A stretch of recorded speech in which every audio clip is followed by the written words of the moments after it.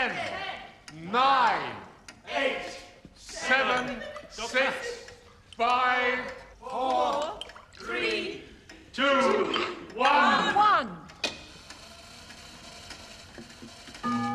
To 1926. Happy New Year. Happy New Year. Now listen, everyone. Please. I've been a very fortunate man, especially to have friends like all of you. And not many people went to Australia and bought a farm over a copper seam. I have, at long last, persuaded Andrew to make a will. With my wife Sarah's help. In it, there are several minor bequests to some of us and a small trust fund for Violet's education. The main part of the estate, 75%, goes to the Ellingfort Medical Foundation. Oh, how splendid. Dr. Pritchard, of which you're chairman. It'll be used wisely, Andrew. If you ever die, that is. A lump sum of £2,000 held in trust until their 18th birthdays will be shared between Peter Baker and Robert Sidaway. Oh, that's so kind of you, Andrew. I think you know how fond I am of your son. And there'll be men soon with all the responsibility that entails. And I'd like them to have a secure future. What about Violet? What about Violet? Well, she is your ward, Andrew. You dote on her, but you've left her nothing. Sarah, shh. Yes, but she'll marry someone like Robert or Peter. She's a woman, for heaven's sake. My God, Andrew. You had to stop yourself saying only a woman.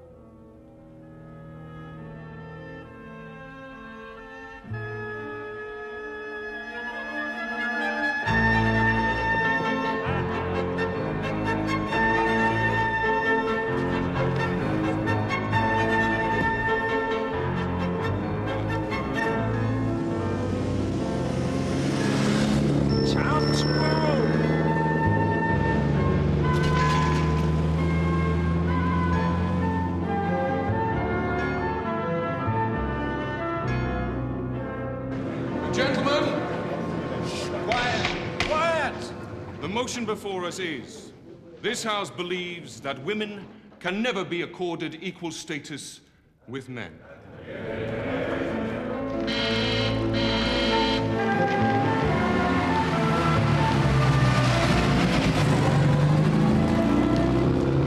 I call upon Mr. Andrew Marsh, a former president of the Union, to propose the motion.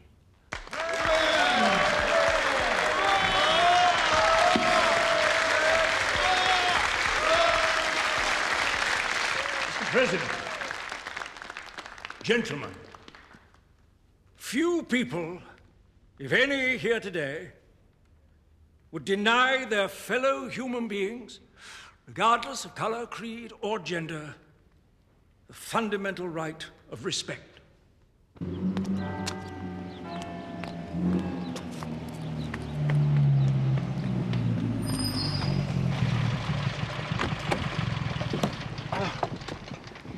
Monsieur Poirot, it's lovely to see you again, but we did say 7 o'clock. My dear Mademoiselle Violet, you must forgive me. You must blame the 2-inch nail who punctured us at Bulldog. I'd like you to meet my associate, Captain Hastings. How do you do? Captain Hastings, this is Mademoiselle Violet Wilson, Andrew's ward. Thank you. But society, like the family, is not merely a collection of individuals haphazardly thrown together. In order to function industrially, politically, socially, both must be structured, divided into those who make decisions, those who put them into practice, those who lead, those who follow. This is Miss Campion, the principal of my college. We really should hurry. The debate's underway, and Andrew's already speaking. Such designations are status and are determined by a woman. Her name is Mother Nature.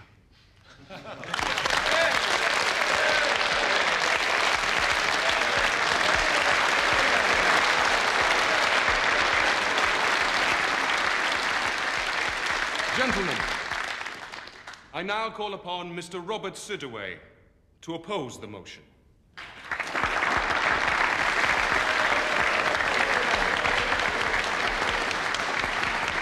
Mr. President, the debate so far has ignored some rather unpleasant developments taking place in the real world.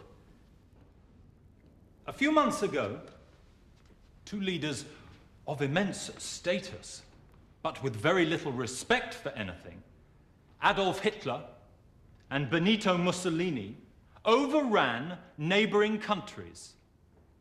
Now, all people of good sense, regardless of gender, can see that war right across Europe is imminent. And when it comes, will we expect women to merely keep the home fires burning, Mr. President? Yes. Or will we accord them equal status as we ask them to go onto the land and farm it? Into the factories and make munitions. Join the armed forces and fight. Into the Valley of Death rode the 500 members of the Women's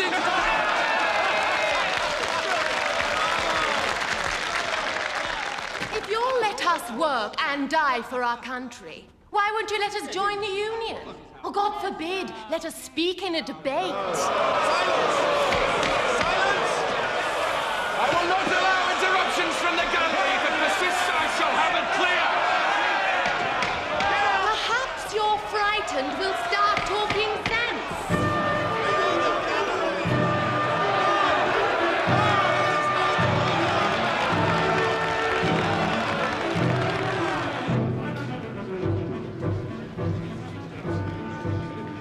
Never mind the outcome, Bobby. You spoke well. So did Andrew, once you ignored what he actually said.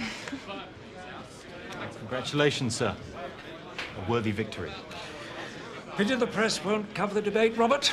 I can see tomorrow's headlines now. New woman heckles hecklers at Cambridge Union. Poirot, how are you? Andrew, my dear friend, I missed your speech. Please forgive me. Oh, but you've heard the gist of it many times before. Starting back as far as the Cavendish Clinic. Oh, mon Dieu. In such adversity are born the lasting friendships, n'est-ce pas? We were there, Hastings, for the mutual pulling of the wisdom teeth, huh? It was not a pretty sight.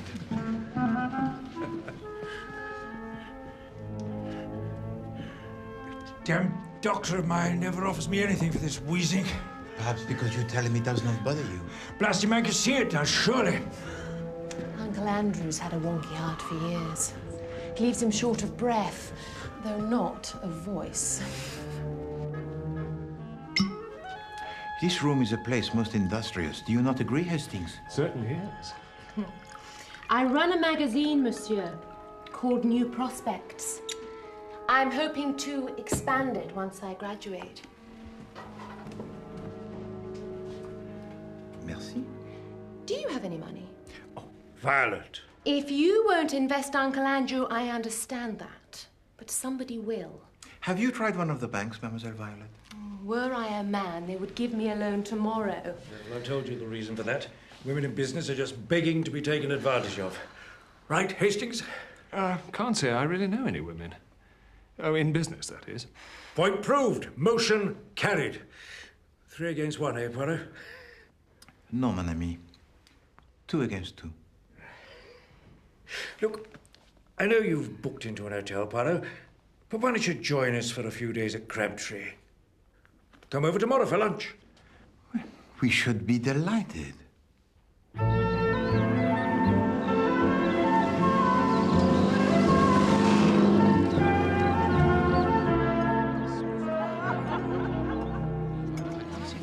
You will permit me, Mademoiselle Campion. Thank you.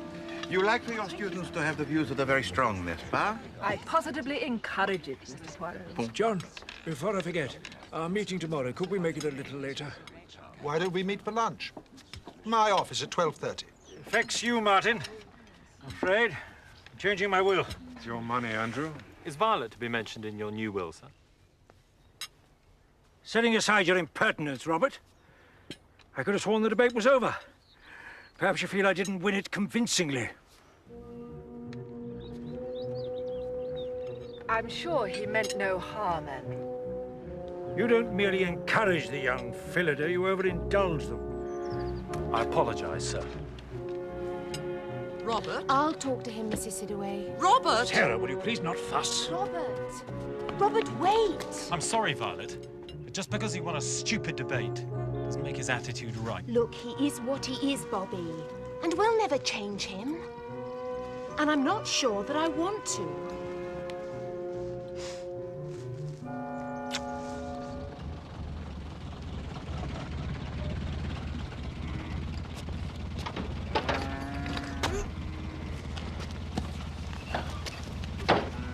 You did tell your dad to leave a sack of seed potatoes up by your front drive, right? Yeah, thanks for the lift.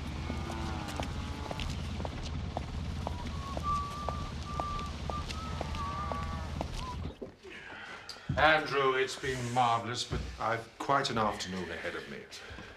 Look, I'm sorry I was rough on Bobby. I'll straighten things out with him later. Before I go, Andrew, I'd like to give you the once-over. Oh, good God, man. Fuss, fuss, fuss. You've had a couple of strenuous days. Now, jacket off and sleeves up. Mrs. Sidaway, would you be so kind as to bring my stethoscope through to the library? My bag's in the hall.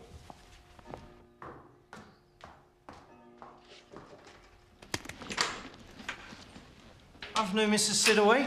Peter, what are you doing? Fortnight's leave, then we're off to Palestine. There's no one at the cottage, and Dad's on duty. I don't suppose Mother's... Yes, your mother's in the kitchen. Why don't you go and find her? Mother!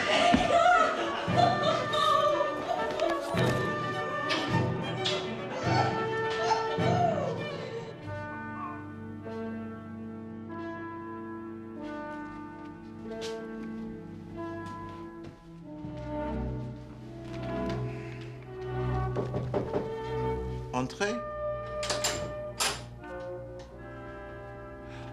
Oh, mon ami.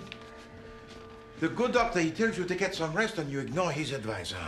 You do not change. Oh, I've changed all right, Poirot. You'll think me an old hypocrite, I'm afraid. Saying one thing, doing another. I should not dream of such a thing, mon ami. Please, to sit.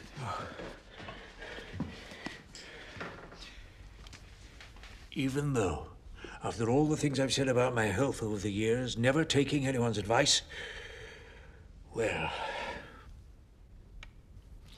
my specialist tells me Oh, damn it, I'm not afraid of it. I'm just afraid of upsetting others.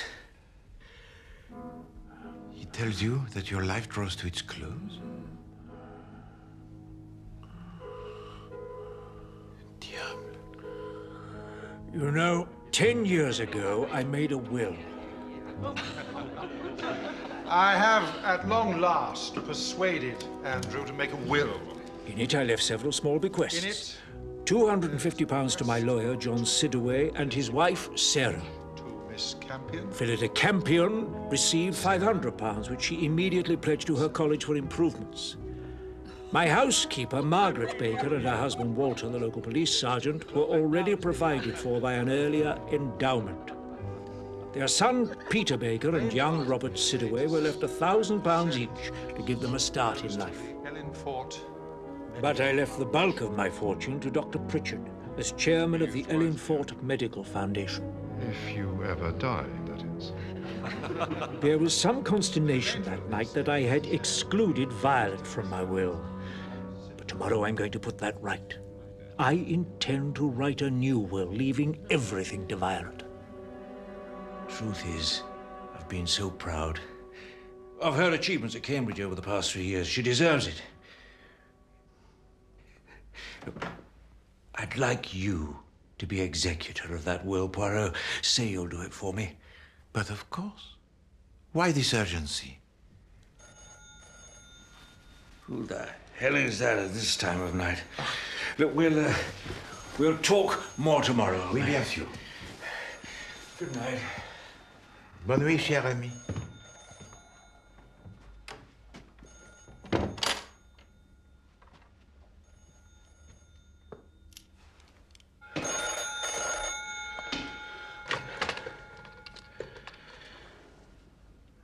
Hello?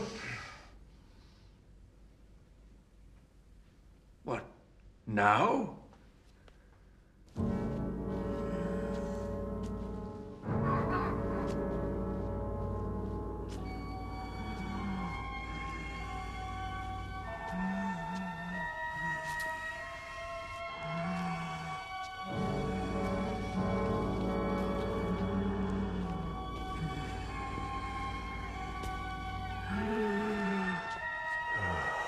Couldn't this have waited?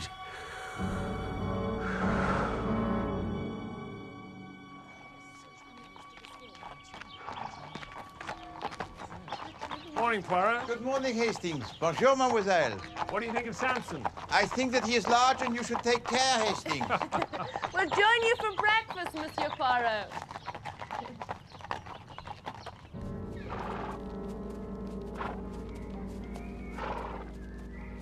What a charming folly. Andrew restored it about 15 years ago. Comes here to think. Race your back. Come on. Wait a minute, Violet.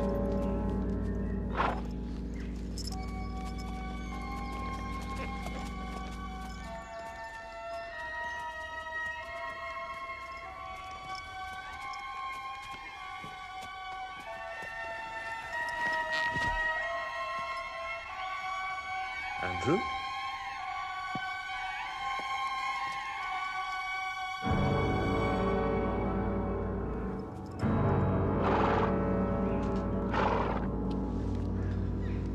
Violet, go back to the house and get Sergeant Baker. And Poirot, too.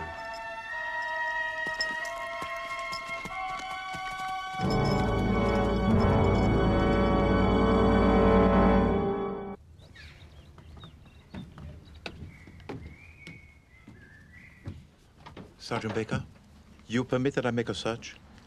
My men have done that, sir. Found nothing. Perhaps a post-mortem will tell us more. There's no call for a post-mortem. I've examined the body. Andrew died about 8 hours ago. I'll give you the death certificate.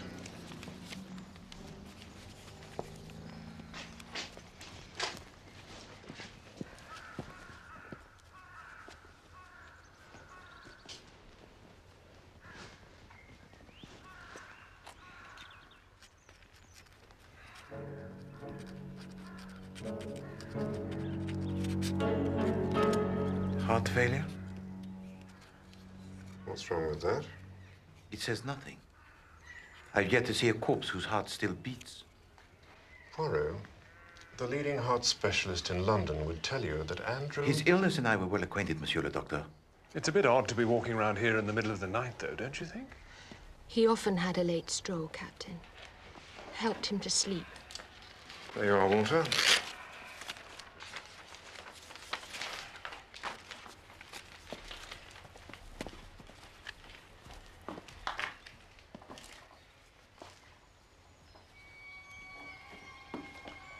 Last night, Andrew tells me he was to make a new will.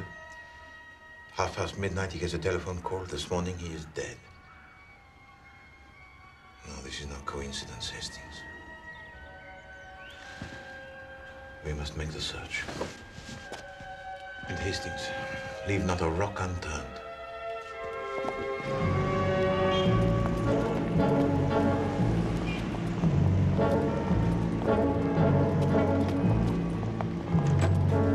As you know, Monsieur Poirot, it's not usual to read a will before the funeral.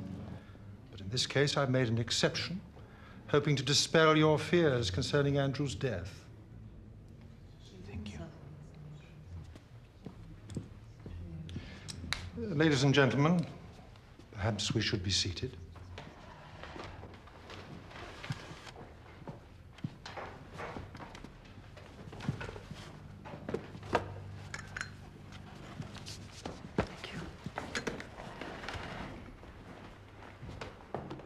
It wasn't a complicated will, Mr. Poirot. We were all present at the witnessing 10 years ago now. The will, Monsieur Sedouet?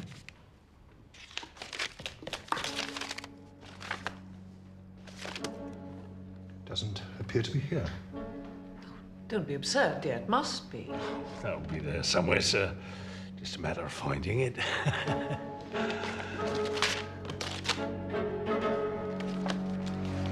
Mesdames et messieurs, Andrew Marsh was a good friend to all of us here in this room, and yet it seems that you wish his death to pass unquestioned. Not all of us, Mr. Poirot. And now we have the disappearing will, and still you do nothing, Sergeant. With respect, Poirot, I think you're reading too much into it. Indeed.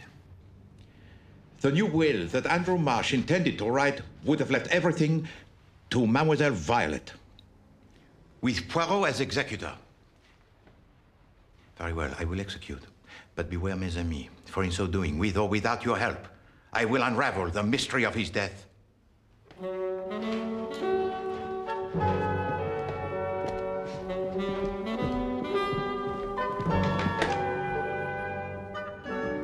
This is intolerable, Hastings. We are dealing with a close-knit community where the business of each is known to all, except to Poirot. Yet. Just a second, Poirot. That missing will could be a godsend. It'll mean Andrew died intestate. Thank you for that note of optimism, Hastings. But all you have to do is tell the probate court that Andrew wanted Violet to have everything. And you think that they will accept that? The wishes of Andrew Marsh, told to me in confidence, without any witnesses? I see. Poirot, I wonder if I might have a word. Santé. Good health. I want you to know that I am the major beneficiary of Andrew's missing will, as chairman of the Ellenford Foundation, in case you get the wrong end of the stick. I have no stick by either end, Monsieur le Docteur. Yes, but you might reasonably think that 75% of the Marsh estate is worth killing for. And Andrew was going to make a new will, he said. But you would not have stolen the old will, since it favored you? Andrew told you he wanted Violet to have everything, you said. Did he mention nobody else? No. Why is it that you ask?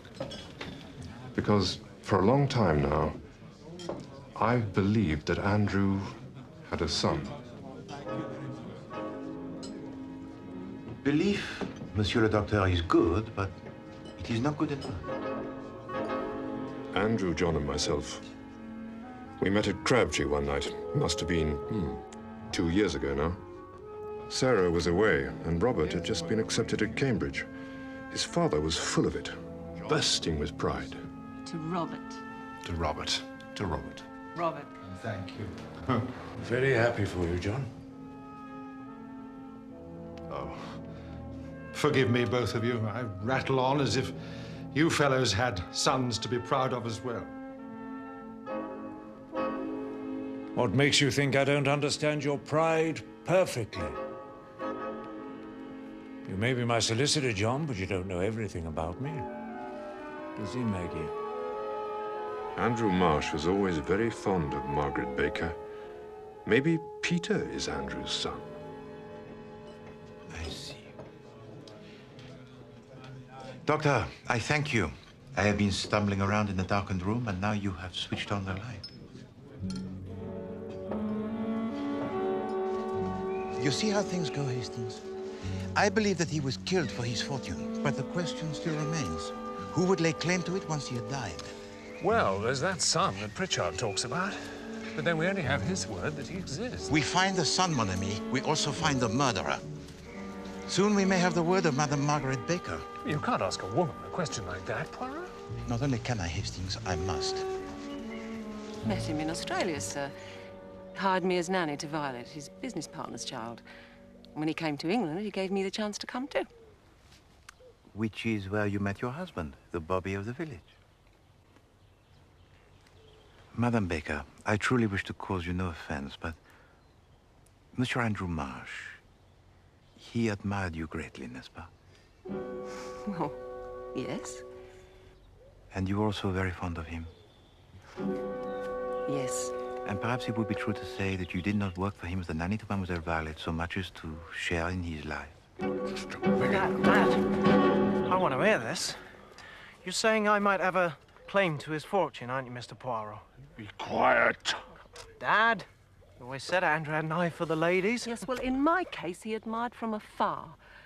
After we came back from Australia, Mr. Andrew was sent to fight in France.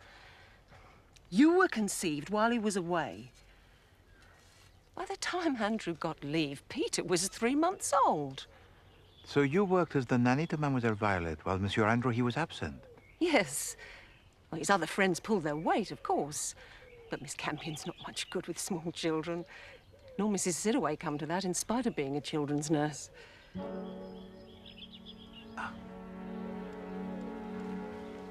Thank you, madame. Got some gall to go casting aspersions like that, Poirot. I have the gall, Sergeant Baker, because a man has been murdered and you refuse to investigate. Very well. The time has now come for me to go above your head.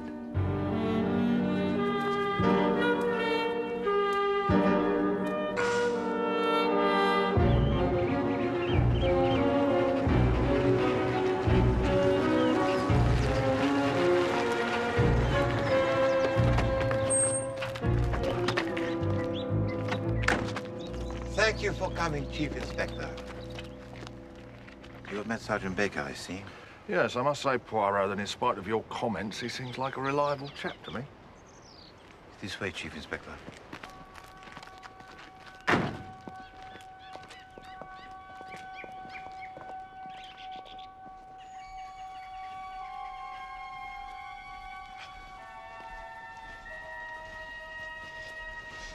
Monsieur Marsh was discovered here, Chief Inspector. No marks on the body? Nothing out of the ordinary found? Rien.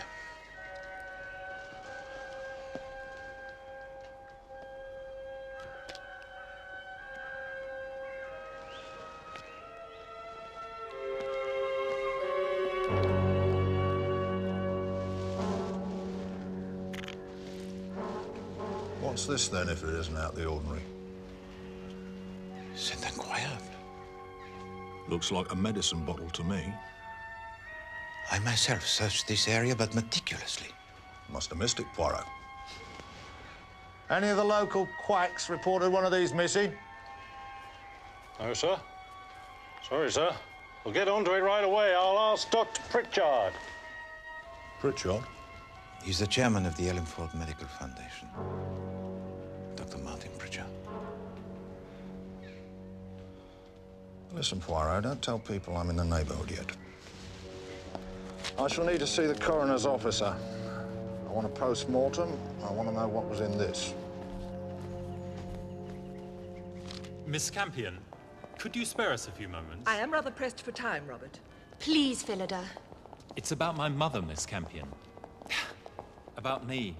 About my father, too, I suppose. 2 years at King's, and you still don't make any sense, my dear boy. Like so many before you. You won't laugh when you know the reason, Phillida. Robert needs your advice. I think Andrew Marsh was my father, Miss Campion. And you're asking me what you should do about it? Why didn't you ask Mr. Poirot?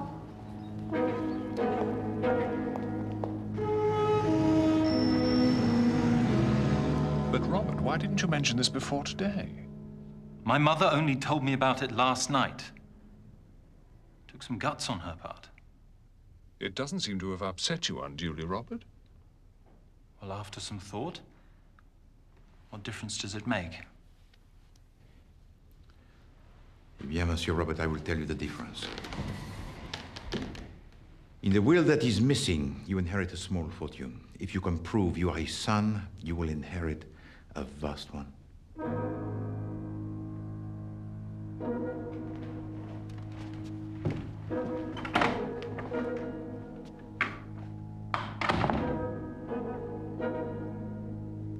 And now a son by Sarah Sidaway. We find the son, we find the murderer, you said. Yes, indeed, Hastings. But it would be unseemly to unmask him the day before the funeral of Andrew Marsh.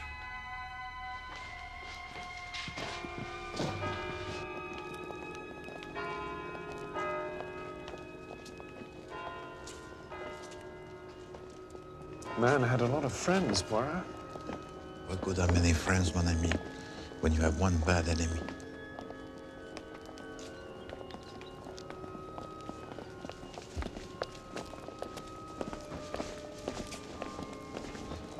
Dr. Pritchard?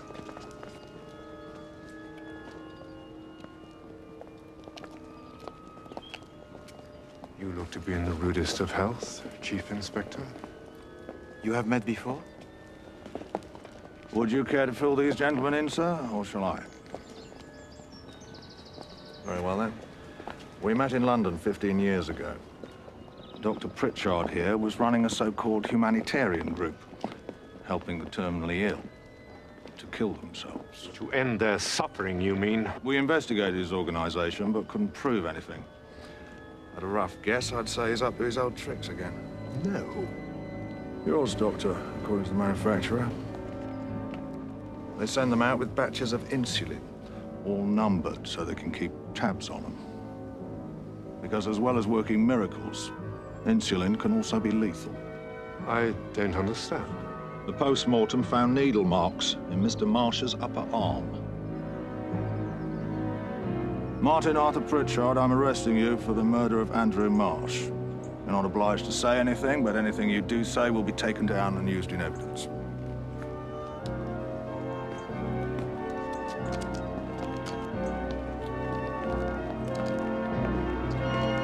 All things come to he who waits, Poirot. I knew I'd get him sooner or later.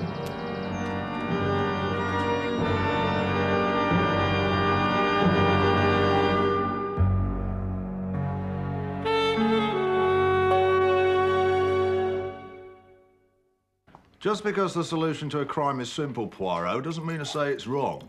Pritchard killed Andrew Marsh. End of story. But why would he steal a will that favored him?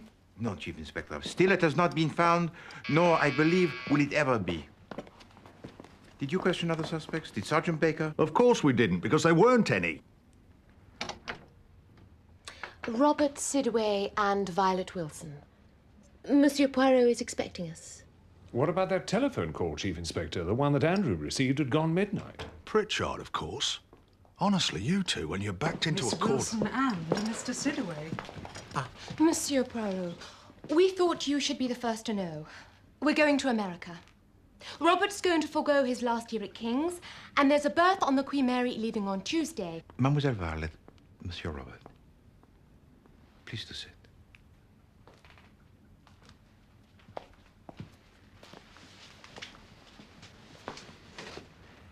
Eh bien, mademoiselle, what of the end of term? What of the graduation ceremony of Mademoiselle Campion? Why the sudden rush, Miss Wilson? What is there to stay for? Women are treated as equals in America. I can forge myself a decent career. And a man I've known all my life is charged, quite insanely, with my guardian's murder.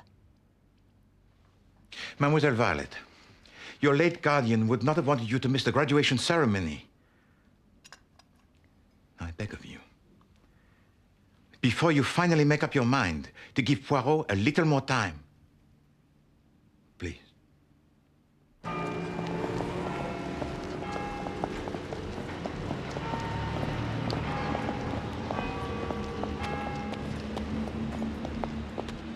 It's all very well you saying probate's a lengthy business, John. But Robert and Violet are planning to leave the country. Do you want that? No, of course I don't. Is it that difficult to prove you're someone's heir? I mean, what does it involve? Surprisingly little. You swear an oath that you are who you say you are. Don't you need a birth certificate or something? No? Would you apologize to Sarah for me? She's invited me to dinner on Saturday, but I'm going to London. I'll tell Sarah. Theatre? Concert? No. To see Hercule Poirot, as a matter of fact. I need his advice on something.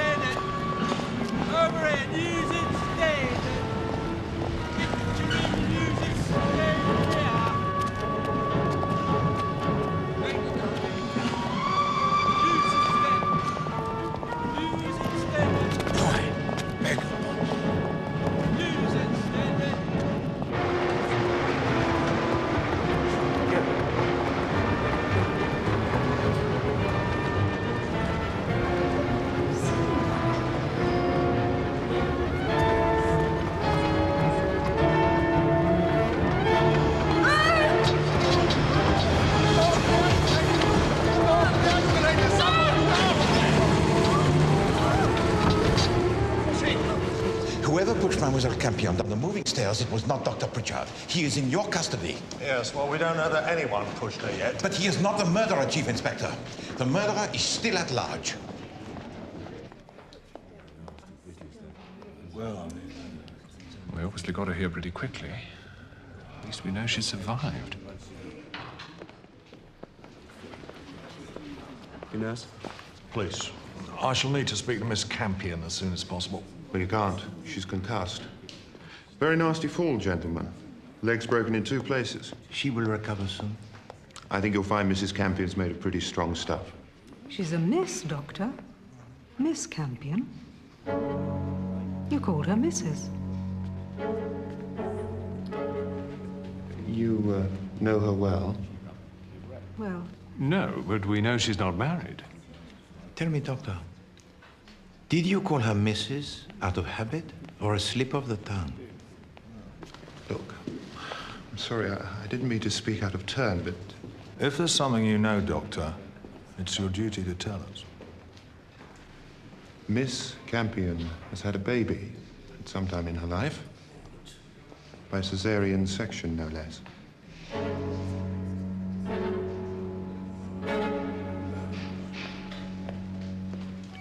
Miss Lemon, I have a task for you.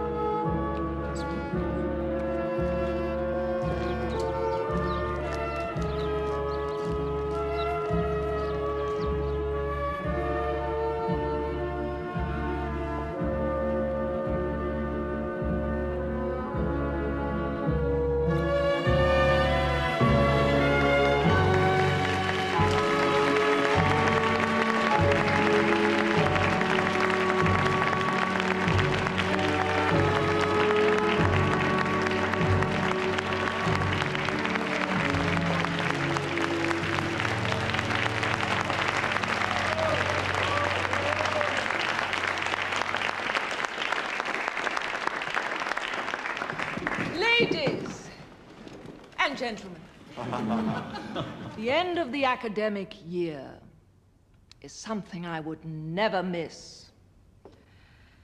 Although this time it was a close-run thing.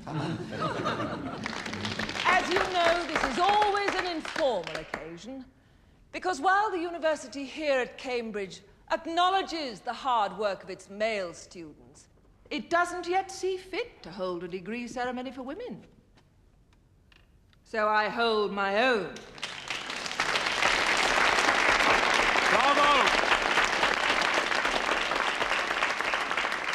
And as you take your places in society, I hope that 3 years here will have proved you more than worthy of them.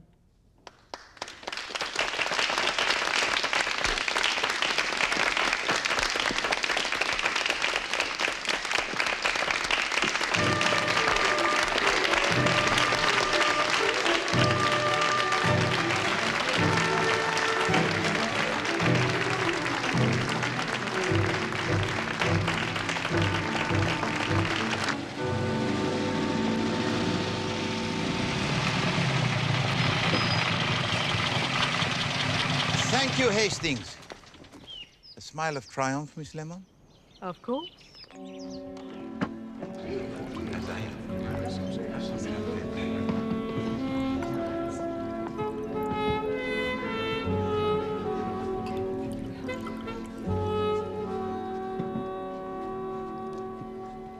Mesdames et Messieurs,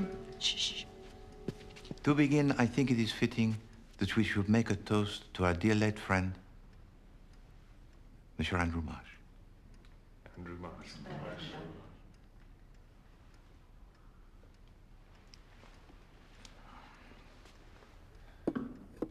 Today would have given him much pleasure, n'est-ce pas? And how proud he would have been of you, Mademoiselle Violet.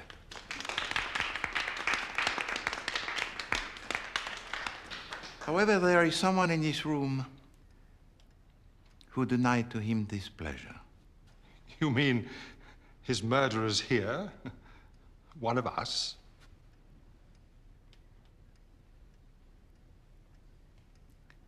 On the night that he died,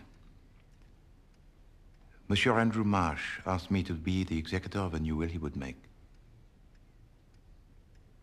I believe that he was killed for that fortune, and that the old will was stolen and destroyed so that he would die intestate. So my duty, you see, it has been twofold.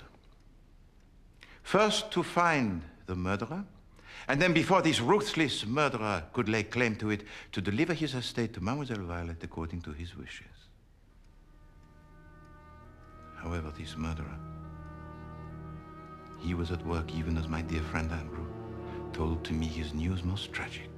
My specialist tells me oh, damn it, I'm not afraid of it. I'm just afraid of upsetting others. What the hell is that at this time of night? Hello? What? Now? And thus the murderer lured him from the house. Couldn't this have waited? To rendezvous with the folly.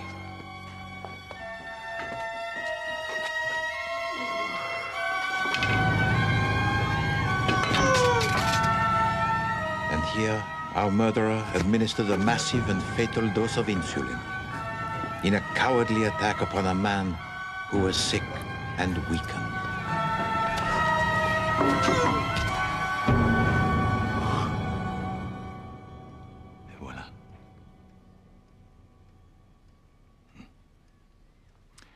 But then along comes Poirot, who says that this death is not a death that is natural. Oh, no. It is a murder. So fearing for their own safety, the murderer pointed the finger toward Dr. Martin Pritchard by placing at the scene of the crime the file containing the insulin. Chief Inspector Japp arrives to help me with the investigation. He examines the folly and he finds it there. Why was that file not found the day of the murder by Sergeant Baker, huh? Because it was not there. No? Poirot himself searched the area, and Poirot never misses. So, my good friend, the Chief Inspector Japp, promptly arrests Dr. Martin Pritchard. And with a man who is innocent charged for the murder, the real killer could now lay claim to the Marsh fortune. So it was thought, without suspicion. But Dr. Martin Pritchard had already told to my associate, Captain Hastings, and myself, that Andrew had a son.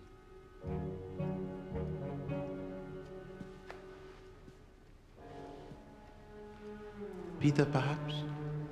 That doesn't mean say I'd kill him for it. Or you, Robert.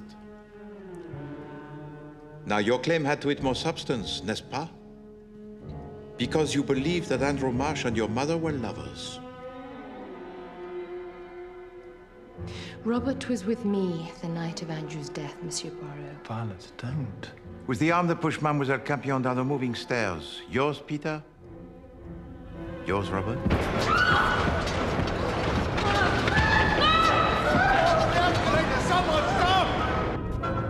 Were you afraid of what she might say to me? Theatre?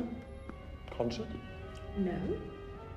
To see Hercule Poirot, as a matter of fact. And of course, the killer certainly knew of the visit to London of Mademoiselle Campion to see Poirot. Because Mademoiselle Campion had discovered in a conversation with a lawyer, John Sidaway, that for a child to claim the estate of the father, the real identity of the mother need not to be revealed. But events took such a turn that did reveal a secret that she herself had kept for more than, 20 years?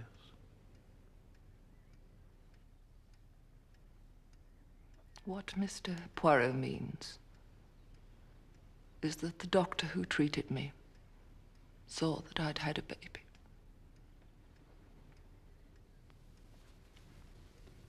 when I was a student here.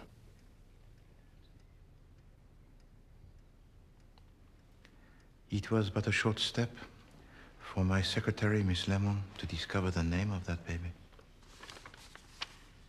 Please to read it, Miss Lemon. Born on the 17th of July, 1913, to Miss Phillida Campion, a daughter whose name was Violet. What's going on? What on earth is happening?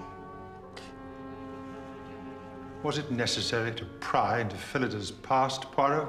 It's Andrew we're interested in. Yes, indeed. But during all this time, not once did we ask ourselves this question. Is this son that we seek perhaps a daughter?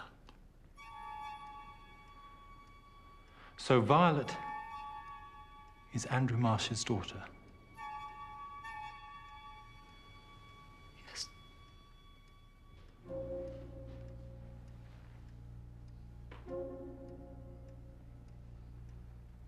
So, Monsieur Robert, why did you kill the father to Mademoiselle Violet? I didn't. I say you did, Monsieur! Why? You know that she loves you. You know that she wants you to go to America with her. Why then? He's just told you he didn't!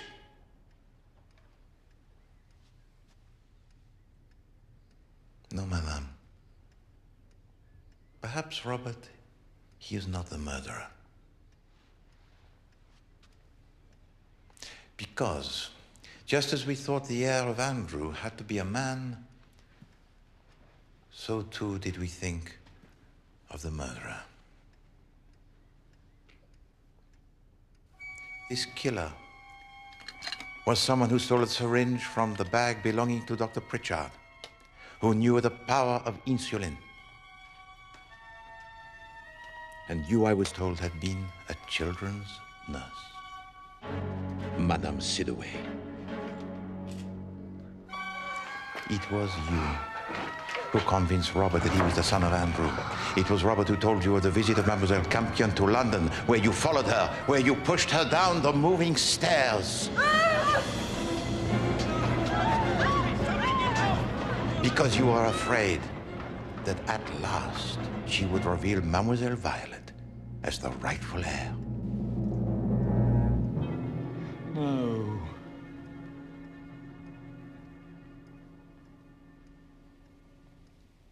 John, help me. There's nothing I can do, Sarah. How did you know about Violet? I had a friend who worked in the clinic. I met her years later. There was so little we had to give Robert. But he was mentioned in the will, madame.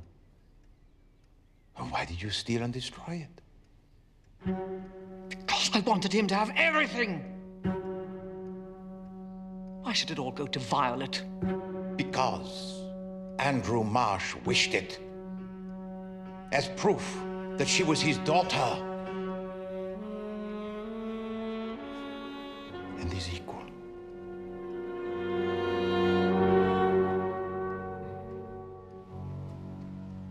I think you'd better come along with me, Mrs. Sidaway.